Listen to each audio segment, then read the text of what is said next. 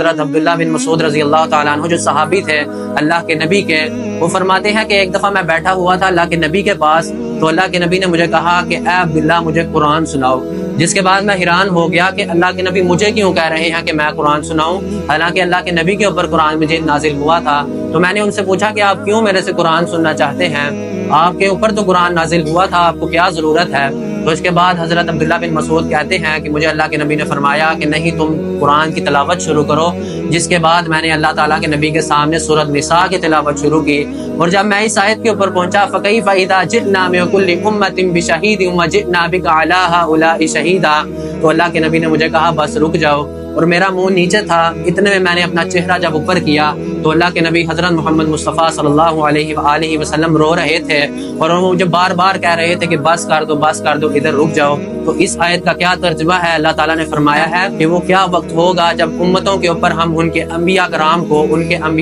کو گواہ بنا کے لائیں گے، اور اے پیارے حبیب آپ اپنی امت کے اوپر گواہ ہوں گے، اور جنہوں نے اللہ کی عبادات کو چھوڑا ہوگا، اللہ کی عبادات میں غفلت کی ہوگی، آپ ان کے خلاف گواہی دیں گے۔ تو یہ جو ہمیں بتایا جاتا ہے کہ اللہ کے نبی نے ہماری سفارش کرنی ہے، اس کے برعکس ہمارے سامنے آیت موجود ہے کہ اللہ تعالیٰ کے نبی آیات جب بھی سنا کرتے تھے تو رونے لگ جاتے تھے، ادھر روک دیا کرتے تھے کہ میں کس طرح اپنی امت کے خلاف گواہی دوں گا۔ جو نبی ساری زندگی اپنی امت کے لیے روتا رہا، جو نبی ساری زندگی اپنی امت کی پرواہ کرتا رہا، وہی امت آج اپنے نبی کے احکامات کو بھول چکی ہے۔ وہی امت یہ چاہتی ہے کہ ہم عبادات تو نہ کریں لیکن ہمارے نبی ہماری سفارش کر دیں۔ تو اللہ تعالیٰ فرما چکے ہیں فَمَا تَنفَعُهُمْ شَفَاعَةُ الشَّافِعِينَ، کہ ایسے بندے کے لیے کوئی شفاعت نہیں ہوگی۔